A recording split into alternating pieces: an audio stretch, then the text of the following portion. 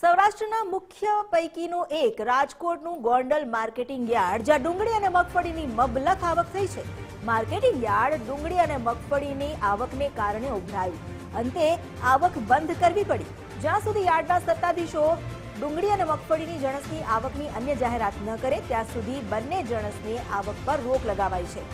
સમગ્ર સૌરાષ્ટ્રમાંથી ખેડૂતો પોતાની જણસ લઈ ગોંડલ માર્કેટિંગ યાર્ડ બહાર લાંબી લાઇનમાં જોવા મળ્યા. ગોંડલ માર્કેટિંગ યાર્ડમાં ડુંગળીના 1.20 લાખ કટ્ટા, જ્યારે મગફળીની 80,000 ગુણીની આવક નોંધાઈ. હરાજીની વાત કરીએ તો ડુંગળીના 20 કિલોના ભાવ 200 થી 900 રૂપિયા સુધી બોલાયો, જ્યારે મગફળીની હરાજીમાં 20 કિલોનો ભાવ રૂપિયા 800 થી 1,200 સુધી નોંધાયો.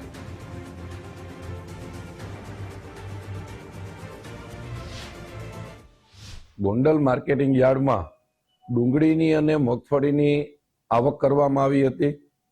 સમગ્ર સૌરાષ્ટ્રમાંથી જે રીતે ખેડૂતોને ગોંડલ માર્કેટિંગ યાર્ડ ઉપર ભરોસો છે, એના ભાગરૂપે ડુંગળીની આવક ગોંડલ માર્કેટિંગ યાર્ડમાં 1 લાખથી 1,15,20,000 કટ્ટાની આવક થઈ હતી, જ્યારે ડુંગળીની મરચાની મગફળીની આવક 80,000 જેવી બોરીની આવક થઈ હતી.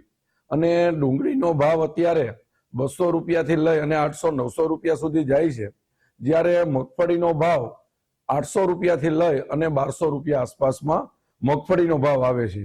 તો આ રીતે ગોંડલ માર્કેટિંગ યાર્ડમાં આજે બંને આવક થઈ હતી અને ખેડૂતો પોતાનો આટલો માલ લઈને આવ્યા હતા.